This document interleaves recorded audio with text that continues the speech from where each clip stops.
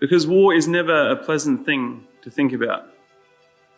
But as Christadelphians, we believe that the book we just read from, the Bible, is a practical book. It not only gives us direction about how to live our life, on how God wants us to live our life, God has also given us a glimpse into the future, to understand the things that are happening around us. He's given us prophecy, incredible prophecies, such as the one we just read from Joel 3. And God's given us these things that we might make sense not only of the past, but we might know about current events. We might know where this world is headed. We want to make sense of these things, and God wants us to make sense of these things because God is in control of this earth. God has an ultimate plan and purpose for this earth. His angels, at this very moment, are actively working to bring about his purpose. Now, we want to consider the text that William just read for us tonight. And if you followed along there as he read and contemplated some of those things that Joel 3 spoke about, can you think of any other religious book or any other man-made book that gives a prophecy like the Bible does? And the chapter we just read of in Joel deals with what are called end-time prophecies. And that's really what we've been dealing with as we referred to from Daniel to Ezekiel 38 and tonight from Joel chapter 3.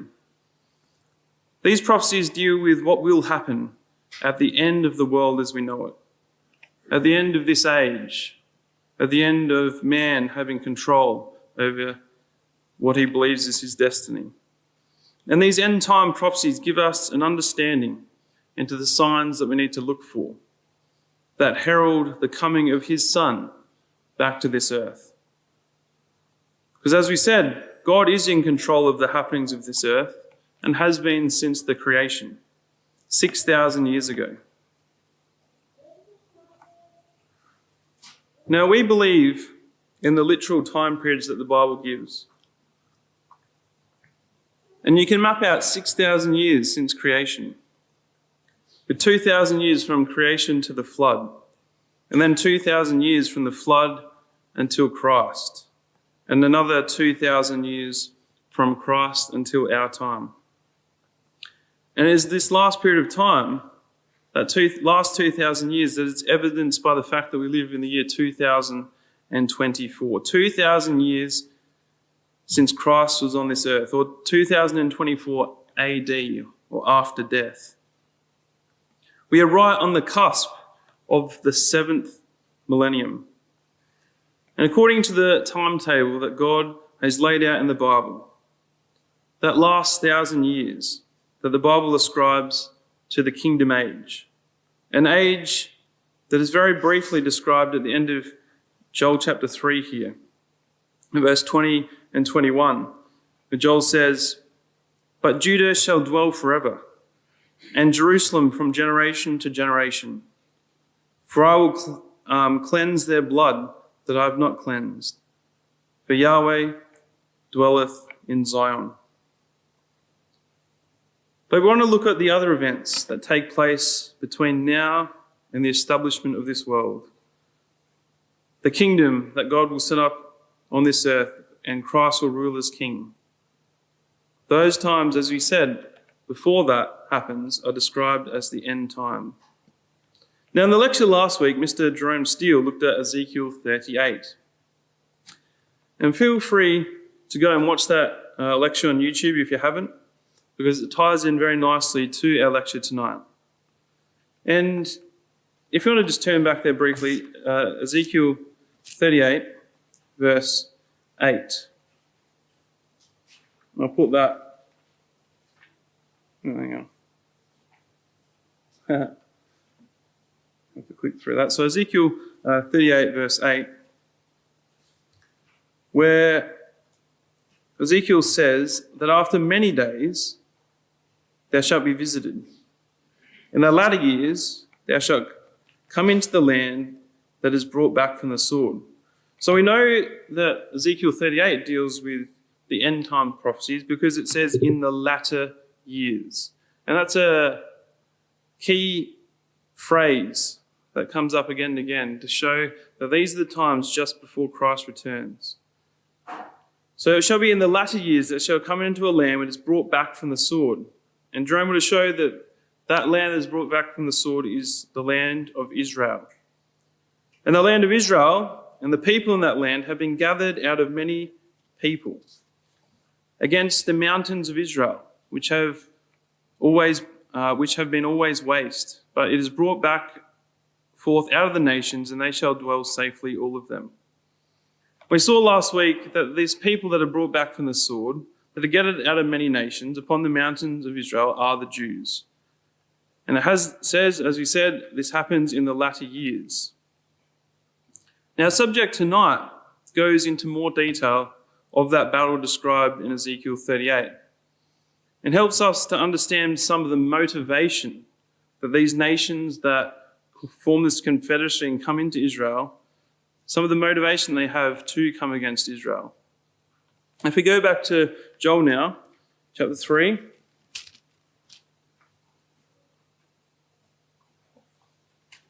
verse 1, says, For behold, in those days and in that time, when I shall bring again the captivity of Judah and Jerusalem. Now, where it says in those days, it's referring back to chapter 2 of Joel. And if we get some context from maybe verse 31 of Joel chapter 2, it says, The sun shall be turned into darkness and the moon into blood before the great and terrible day of the Lord come.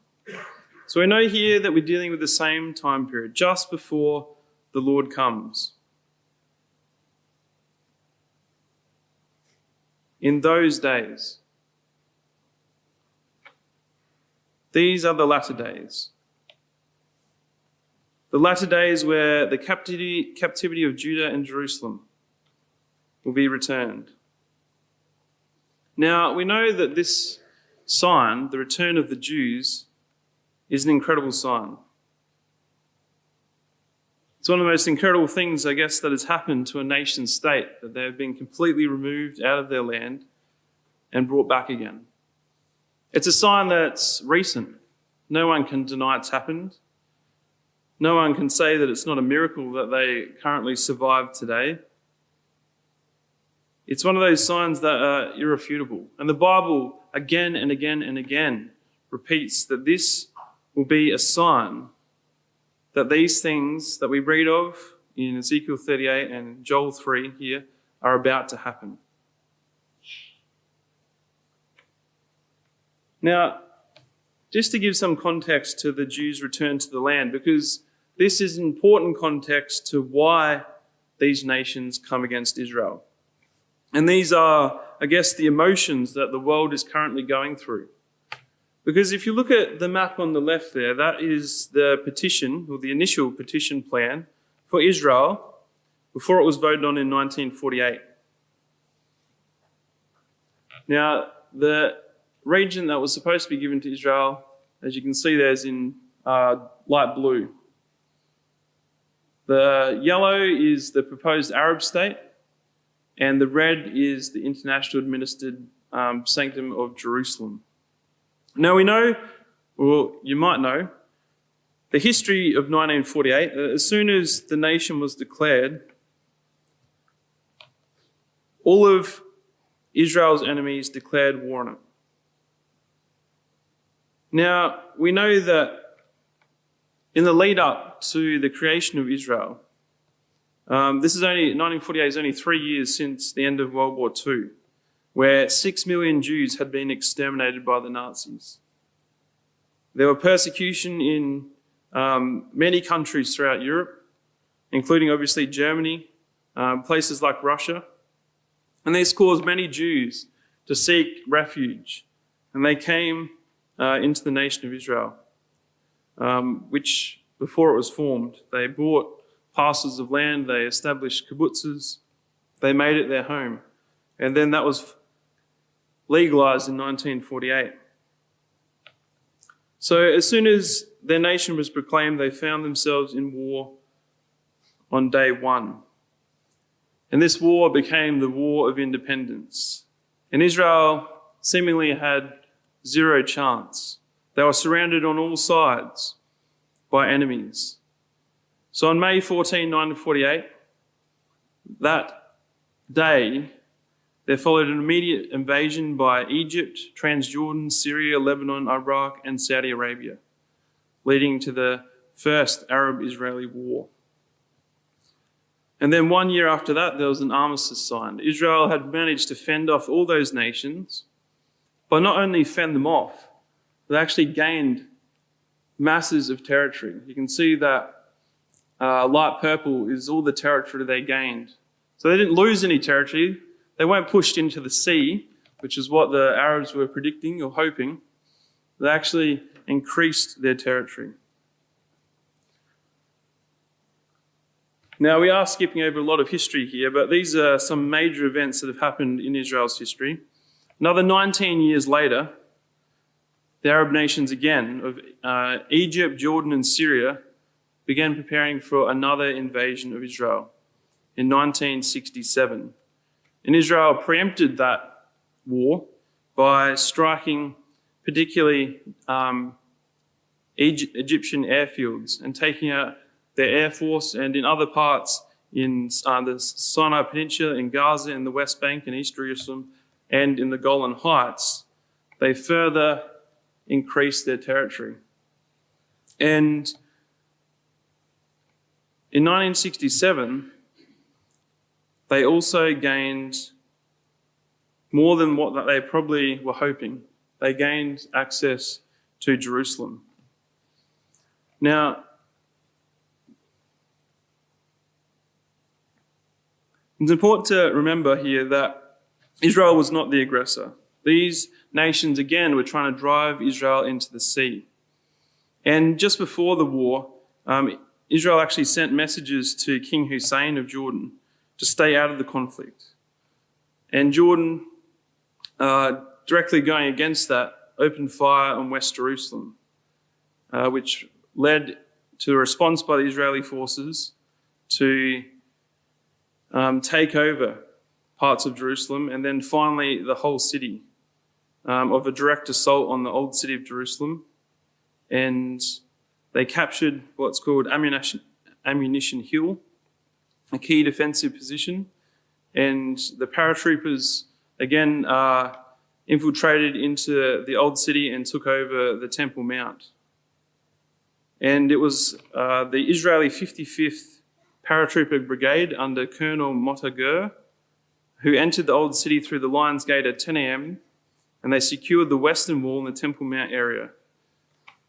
And that picture at the bottom right there is a picture of 3 of those paratroopers as they, still under fire, were so emotional that they couldn't help but stand by that western wall and pray.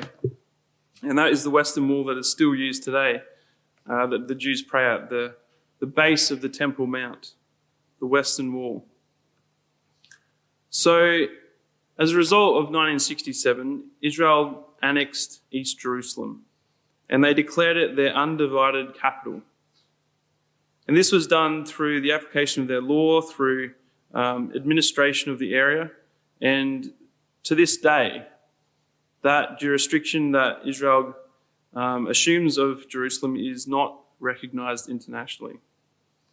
And I put it to you, that is one of the main reasons that Israel still today is one of the most maligned nations by the UN governing body.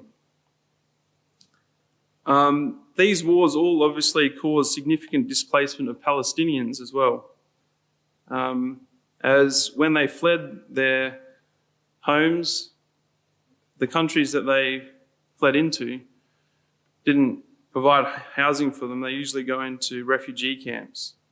And many of the Arabs that lived in Jerusalem as well were transported into Jordan, and still to this day live in refugee camps in Jordan. And for the Jews, the capture of Jerusalem has led to many problems, such as clashes over the Western Wall and the Temple Mount, which for the Jews had been inaccessible since 1948. And they saw it as a major victory, obviously, but the Palestinians and the Muslims losing East Jerusalem has led to profound loss for them, politically and spiritually, as Israel now controls the area. The sentiment towards the Jews has obviously changed as well since 1948, where most of the nations wanted to find a homeland for the Jews. The Israelites have continued to build settlements in areas that are not sanctioned by the international community, and that includes the West Bank, where the Palestinian Authority still controls, inverted commas, most of that area, but Israel has continued building settlements in that area. Israel also extended its laws into East Jerusalem, giving the residents of that place the choice of Israeli citizenship, but most declined that and opted for Jordanian citizenship. So a lot of those people that they govern in that area are still not Israelis. And obviously, Jerusalem remains one of the key issues for the Israeli-Palestinian conflict. And of course, Jerusalem has been the center of world attention for many millennia. It's often been fought over, captured and recaptured by many different peoples and empires. But God prophesied here in Joel chapter 3, verse 1, that Jerusalem would be under Jewish control. God's made it clear that despite all of the toing and froing and all the battles that have been fought in this city belongs to him. And he plans to restore it to the true people of that city. These people that have been called out of many nations.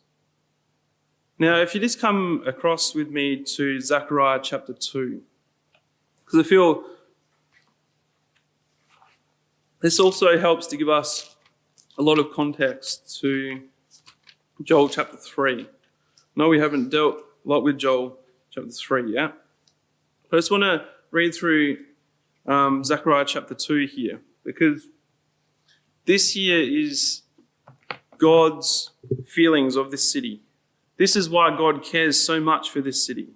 This is why this city and its possession now and into the future is under God's control, not man's. So, verse 1, I lifted up my eyes again, and this is Zechariah speaking, and looked, and behold, a man with a measuring line in his hand. And he said, Whither goest thou? And I said, Whither goest thou? And he said to me, To measure Jerusalem, to see what the breadth thereof and the length thereof. And behold, the angel that talked with me went forth, and another angel went out to meet him. And he said unto him, Run, speak to this young man, saying, Jerusalem shall be inhabited as the towns without walls, for the multitude of men and women and cattle therein. For I, saith Yahweh, will be unto her a wall of fire round about, and will be the glory in the midst of her. Ho, ho, come forth and flee from the land of the north, saith Yahweh. For I have spread you forth as the four winds of the heavens, saith Yahweh.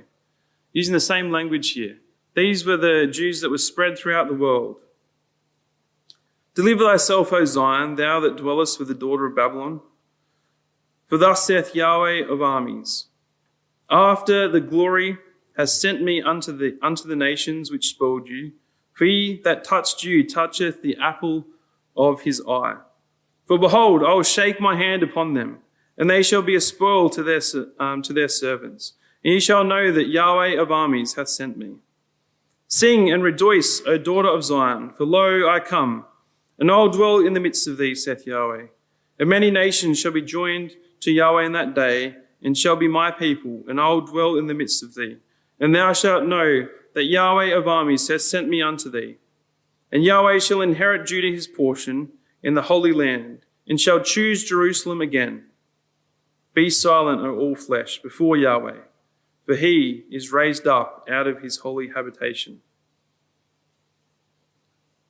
That's how God feels about this city and about this land and about this people. God will bring these things to pass, no matter what man thinks, no matter if Jerusalem is internationally recognized or not. God has caused Israel to possess it and will cause them to possess it in the future. For the Jews, this is the ancient capital. Jerusalem, for the Jews, is considered their holiest city. It's where the first and second temples stood on the Temple Mount.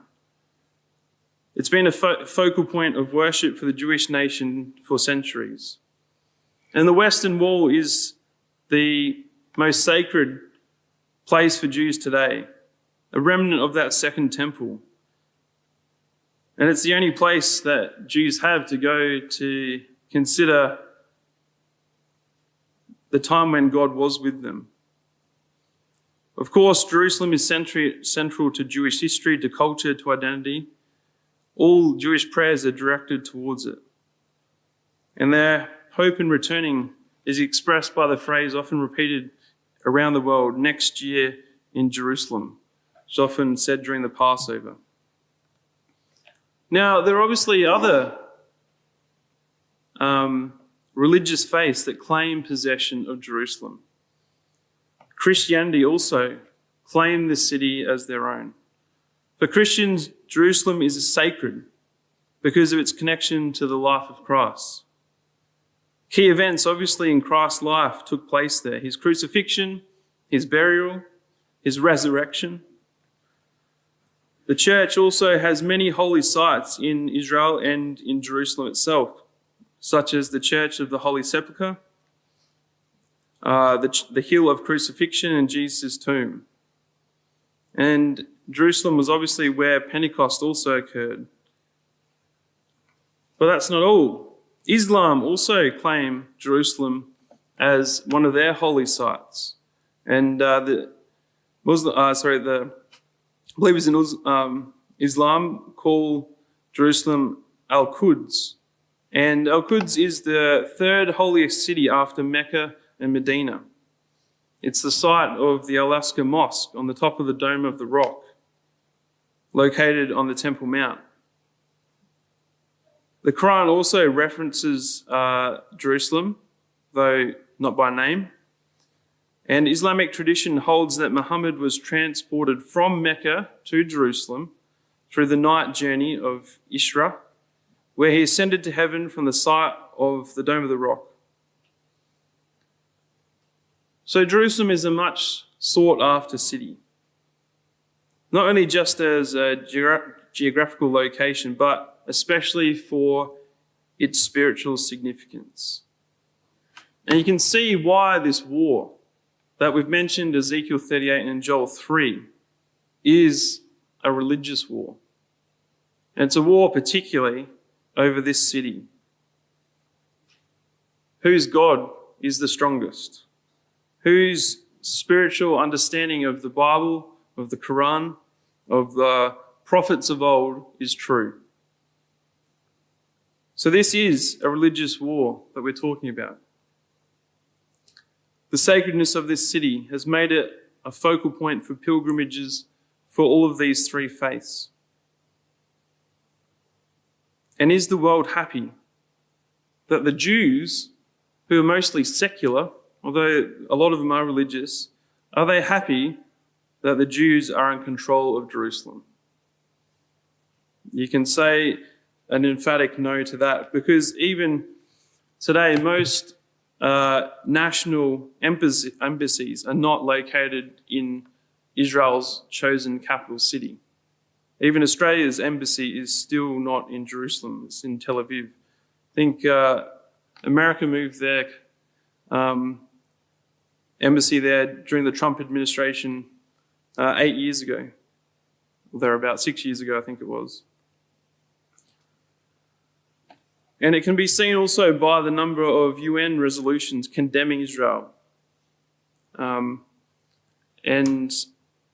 to this day, I think there's about 50 or so resolutions condemning Israel for their complete and united capital stance, which they made in 1980.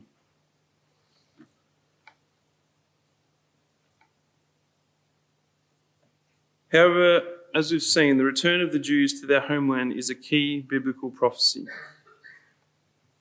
And if you come to Jeremiah chapter 16 for a second.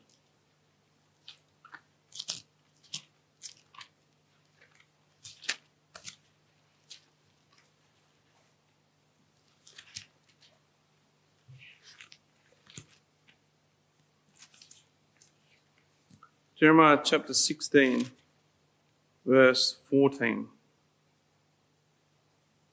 Says, therefore behold, the days come, saith Yahweh, that shall no more be said that Yahweh liveth that brought the children of Israel up out of the land of Egypt. But he that liveth that brought up the children of Israel from the land of the north, and from all lands from whither he had driven them. But I will bring them again into their land that I gave to their fathers. And behold, I send fishers, saith Yahweh, and they shall fish them. And other will I send many hunters, and they shall hunt for them from every mountain and from every hill, and out of the holes of the rocks. This is what God had to do to bring the children of Israel back into this land, to pass these prophecies. God made this happen.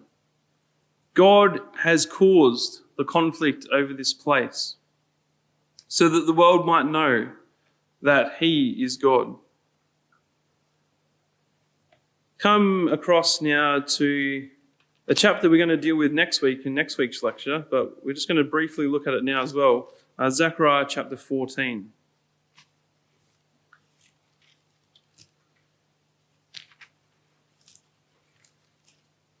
The Zechariah's battles will take place. We see verse 2, that God will gather all nations against Jerusalem to battle.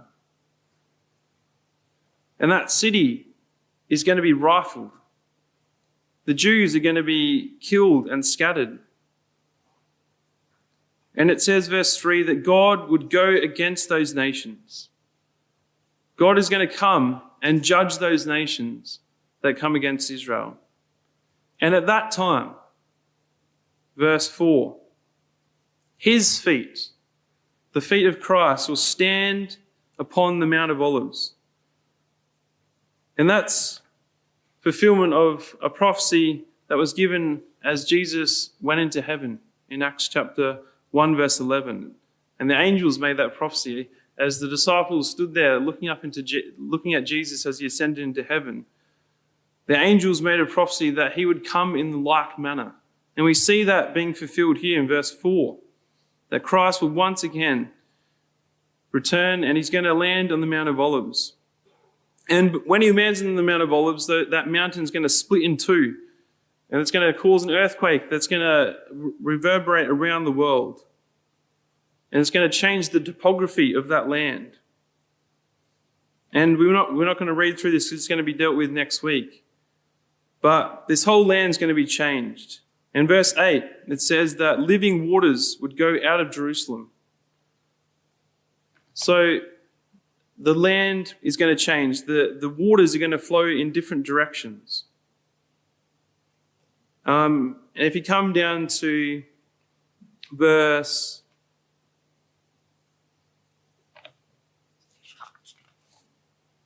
21,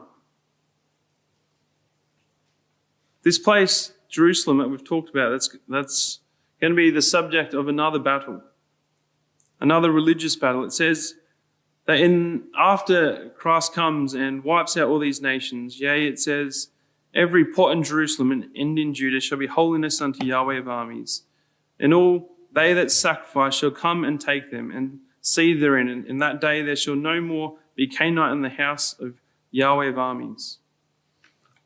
So this future that we just very briefly touched on in Zechariah 14, and we're going to come back to in a second in Joel, allude to, have strong religious connections that Christ is going to resolve. It's going to be without a doubt whose city this is and what religion is the true religion. There'll be no more a Canaanite in the house of Yahweh, it says in verse 21 there. These problems are going to be solved. And as Christadelphians, we're not the only ones who believe that these events are about to happen on this earth. In fact, we're just going to consider briefly what the Catholics believe these events that are described here, what they believe is actually going to happen during this time. Now, I'm going to play you the opening scene of a movie, and that movie is called Left Behind, and it's actually a movie based on a series of books called the Left Behind series.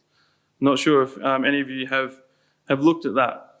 But this scene that we're going to look at, we have a formula that allows the soil to be fertile, and you can grow corn in the middle of a desert.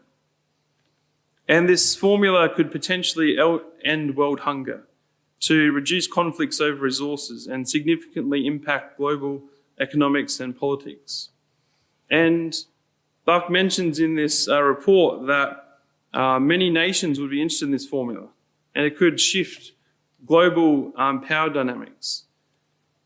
And the underlying idea is that Israel and Israeli has developed this way to solve world hunger and to bring world peace. And his concern is that others might want this sort of control over the world. And he is skeptical that the world is going to come to peace because of this. Right, now I showed you that because I think it's important to realize that a lot of the world, and this, as I said, is a Catholic-produced production, a lot of the world believes that these things are about to happen. They believe that Israel is going to be invaded, and as we see at the end there, they're going to be delivered by a figure. And that figure, they believe, is the Antichrist.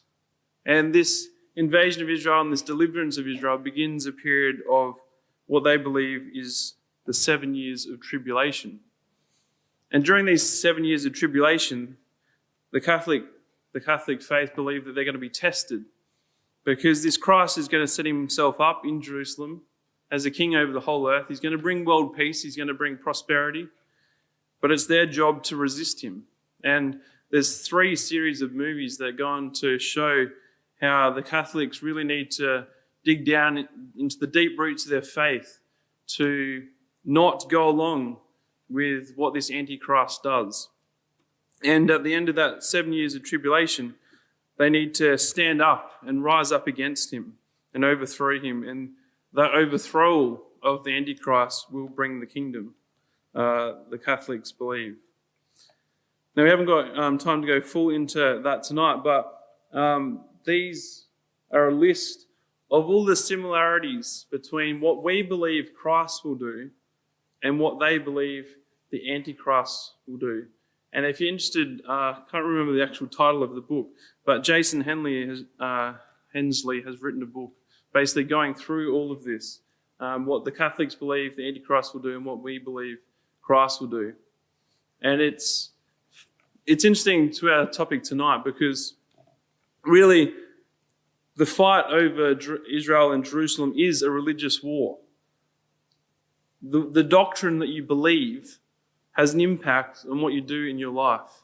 If you're a Catholic and you see the Antichrist doing these things, you need to stand up and resist him. If you see a Russian invasion of Israel, if you see that invasion being destroyed by a world figure that will stand up as Christ, you need to resist him. And there are many, many similarities. You're supposed to think they're reading the same Bible and yet coming to a completely different conclusion.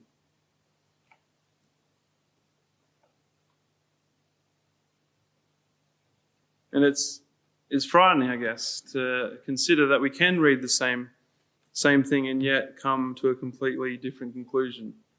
It is it's scary, and I guess it shows what needs to happen to this world for them to be shaken out of their misunderstanding. This sort of conflict does need to happen because people are not going to change their minds otherwise. All right, let's come back to Joel chapter 3 for a second. I know we haven't dealt a lot with it tonight, but these things that we read of in Joel are similar, I guess, to what we've read in Ezekiel 38 and what we're going to look at next week in Zechariah chapter 14. Verse 17 says there, "So shall you know that I am Yahweh, that I, Yahweh your God, dwelleth in Zion, my holy mountain. Then shall Jerusalem be holy, and there shall no strangers pass through her any more." And verse 18, "And it shall come to pass in that day that the mountain which shall drop down new wine, and the hills shall flow with milk, and all the rivers of Judah shall flow with waters, and a fountain shall come forth of the house of Yahweh, and shall water the valley of Shittim. Egypt shall be a desolation, and Edom shall be a desolate wilderness, for the violence against the children of Judah, because they have shed innocent blood in their land. But Judah, as we read before, shall dwell forever, and Jerusalem shall be from generation to generation. I will cleanse their blood that I have not cleansed, for Yahweh dwelleth in Zion." Now these things, as we've said, we believe that Christ will do. He'll bring to the world a worldwide government from Jerusalem. He will bring the desolation that will be caused by these events, these wars against Israel, where he'll bring all nations, as it says, into the valleys of Jehoshaphat, where men will beat their plowshares into swords and their pruning hooks into spears. All the nations of the world will assemble themselves, and God will send Christ to awaken the world to what is truly going to be an eye-opening experience for the world. They will see that this Bible they've had in front of them for so long has been true. As it says, he'll bring them into the valley of decision, the valley where all men will have to make a decision. Are they going to serve this new king? Are they going to serve the Christ? Or are they going to believe what the Catholics tell them and resist him? But God, it says, will roar against them. He will roar out of Zion. He will utter his voice from Jerusalem. And the heavens and the earth shall shake. But Yahweh will be the hope of his people and the strength of the children of Israel. There's no ambiguity here.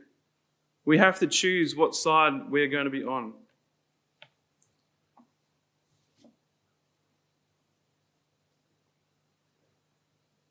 This is the hope that the Bible gives. This is a vision of the topography of the land changed, of the world again cleansed of the human element, the human understanding of these things. But God will make it plain what the truth of the Bible is. And this is a true hope. It gives hope of a temple established on the ashes of Jerusalem that had been leveled by the earthquake as Christ touched his feet on the Mount of Olives. The earthquake that will begin the destruction of the nations that have come to destroy the Jewish people because of the false doctrine that has caused them to oppose Christ. And Christ will build a new Jerusalem on the slopes of the hill of Zion. And as we've read, the rivers of living water will flow from under the altar, and they'll flow to the east and to the west, towards the former sea and towards the hinder sea, as it says in Zechariah 14. And Yahweh shall be king over all the earth. And on that day there'll be one Lord, and his name one. and all the land shall be turned from Gibeah to Rimmon, south of Jerusalem, and it shall be lifted up, and lifted up in her place from Benjamin's gate unto the place of the first gate, unto the corner gate, unto the tower of Hananiel, unto the king's wine presses. Specific here. And the last verse of Zechariah 14 will end on. Looking at that picture there as a vision of our hope, a vision of the end of these wars. And war, of course, as we started tonight, is never nice. We don't rejoice in the destruction of people. And God gives us opportunity now, and He gives these people in the future, not too distant future, that He gives them opportunity to change their ways and to repent and to serve His Son. But in the end, God will have His way. And to this temple here, all men shall dwell in it, and there will be no more destruction. But friends, we pray this will be soon. For the first time maybe in many, many millennia, Jerusalem shall be safely inhabited. Even so, come, Lord Jesus.